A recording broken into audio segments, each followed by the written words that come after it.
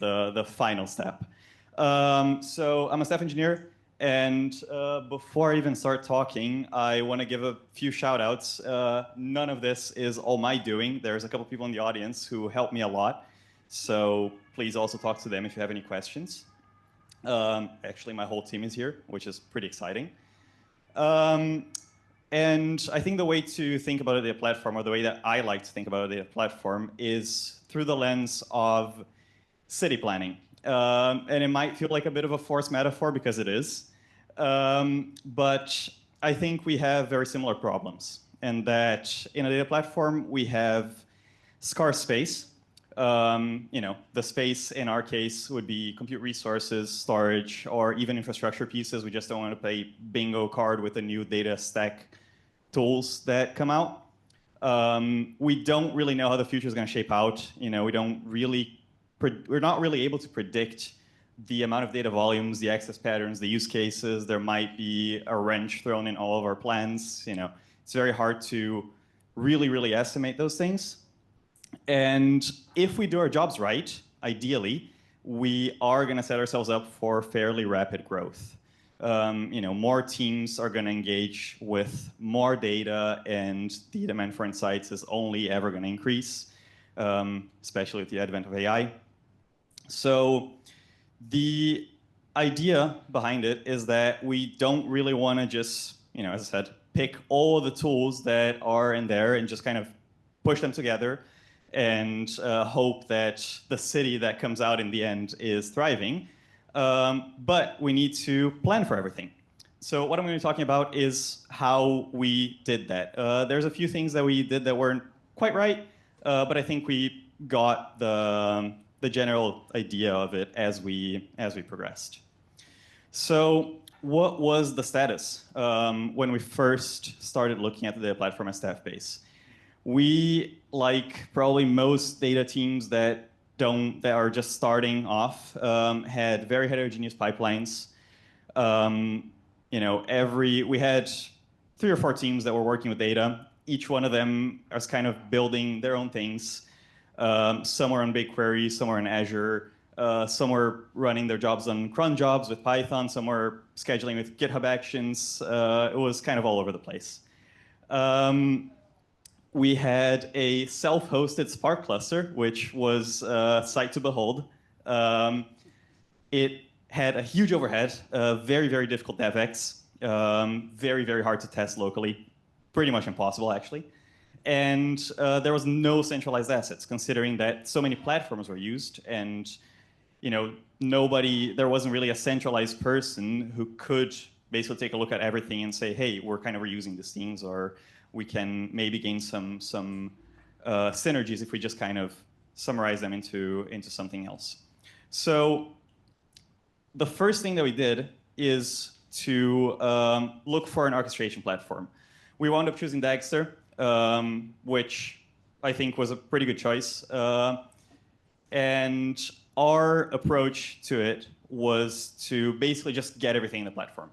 We didn't want to do a huge rewrite. We just wanted to be able to essentially follow where the data is coming from, where it's going to, and what's happening along the way. So basically, the idea was, even the Spark jobs, we just have Dagster, have Orchestrator, understand them as data assets, understand them as points in our kind of data landscape, but still have the computation happen where it was happening before. What this also allowed us to do, it's one of the features that the framework brings with it, is to have pretty clear data ownership. So we could still basically tell the teams, hey, you can use this thing, and your ownership is going to be unaffected. You can still push, you can use your Python version that you prefer, you can use whatever libraries you want, and you don't have to interface with this like centrally managed Airflow instance that is going to break if someone just pushes something with a typo to prod. So that was really quite helpful. And it also made all of the relationships visible. So after bringing everything to a single pane of glass, we could just kind of model the relationships between the different data assets and, of course, between the teams. The next step after after bringing everything to Dexter was to look into what we were doing and the biggest pain points. And we realized that Spark was actually our biggest pain point. Now, Spark is a great technology. I'm not gonna suggest that everyone should migrate from Spark to DuckDB. It's probably not gonna work well. But in our specific use case, it was actually overkill. Not only because we're managing the cluster ourselves, but also because we didn't have that much data. We could keep it under control. It was the partitioning, and we could also even partition this data even further to parallelize the processing and make sure that everything that DuckDB was reading and processing in memory was gonna be, feasible, wasn't gonna give us too many problems. And migrating away from Spark and bringing everything into DuckDB also vastly improved our dev experience, because by then we didn't have to deploy every change to development to see how it would work out.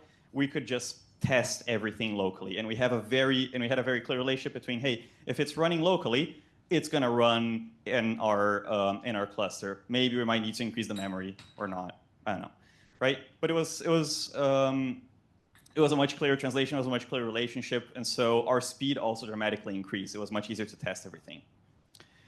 After this came our data lake, which was an effort to initially centralize all of our intermediate data assets. So we basically made the decision, wrote, I don't know how many ADRs, to be honest, lots of ADRs, and basically said, hey, everything that's kind of coming from our backend, being snapshotted, will have to run through the data lake. Any downstream processes, be it used by our software teams that are exposing analytics to our users or customers, or the internal analytics teams that's kind of importing the data into BigQuery to further process, should import them from the data lake. We did some things right in there, which was clearly defining file paths.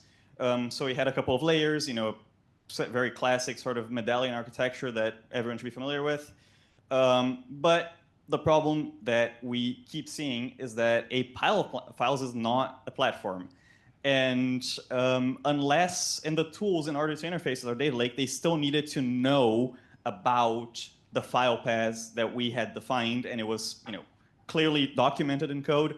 But if another team wanted to interface with it, and they wanted to use, I don't know, Java or something, they would have to write a library, and they would have to write all that parsing mechanism. The partitioning was also kind of implicit based on the way that we set it up. And so, you just have to ultimately kind of list all the files, figure out sort of where everything was saved, and then start loading it, and then start kind of further processing it. In comes Iceberg. Now, with the implementation that is, I would say, 95% done now, so I might still be getting ahead of myself a little bit, but we're already seeing that we can reuse data assets, and that we can give our data analysts access to that same data lake, and they can just query it using SQL only. We're starting to define metrics centrally, in a way that can be reused, in a way that multiple business domains are going to have the same understanding of what reach means, or whatever other metric might be necessary. And on top of that, the onboarding for other teams is vastly simplified. Now, I don't know how your companies work, but at Staffbase, a lot of our teams don't really want to work with Python. I understand that. And they don't want to learn Python. So it's much easier if we can just give them a DSL and be like, hey, just write SQL. SQL is something that most people are going to be able to get around. And they can communicate with the data. They can also curate their own data sets for further processing if they want. Now, I think one of the things that we did right was that we built for flexibility from the start. We didn't try to start from the solution. This whole process that I just summarized in, I'm seeing 10 minutes now, was, right now I can tell a whole story about it, but it was ultimately really just trying to take the next step. just figuring out, okay, like what do we need now? What is the biggest pain point and how can we fix that? Start with orchestration, moved into Spark, moved into Data Lake, etc. So we kind of just started walking. And every single one of the decisions that we made, we could have reverted. If we realized 2 weeks later that the teams didn't like to work with Dagster, we could also just kind of turn it off and nothing would be lost except for the 2 weeks that we spent. But ultimately, we wouldn't have to like rewrite everything. Another thing that we did very right is prototyping. Very, very quick prototyping. I also lost count of how many RFC PRs we opened with just like some quick sketch of how things would look like, some RFC, and then just figured out, hey, is this something that we want to work with? Expose it to the end users, expose it to the teams that are going to be interfacing with what you're building, see if they like it, see if it's going to work out. You can always just kind of close the PR without merging it. Now, if you find yourself having to do something similar like to this, and going back to the initial metaphor, again, a little bit forced, I want to say that good fences make good neighbors. So really delimiting code ownership and module ownership allows for people to innovate, allows for whatever accidental dependencies are reduced to a minimum. But at the same time, it's nice to invest in shared public spaces. So be it a library that multiple teams can use with some boilerplate code that's going to make things easier for them to onboard, or centralizing the data assets, centralizing the table, centralizing the metric definitions. That's going to reduce the duplication. It's going to make the owners clear, and it's ultimately going to help everyone at the end. And now, finally, the city codes are going to define the outcomes. It's about where we want to get. It's not about exactly how we get there.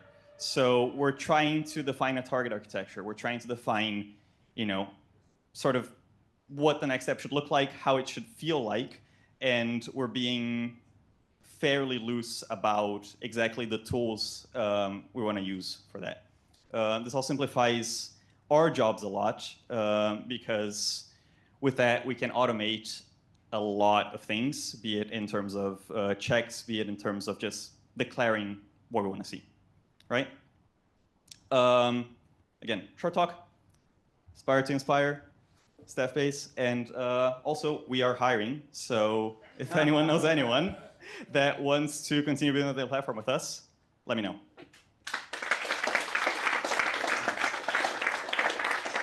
Thank you, Vinnie. A little bit competition here on the hiring. Any questions? Yes. You want to apply for a job? Not yet. Hello, thank you for the talk. That was great. I have got two questions, related to your migration to Iceberg. So, what catalog have you choose? We chose Lakekeeper, and it was actually a very similar path to Echo.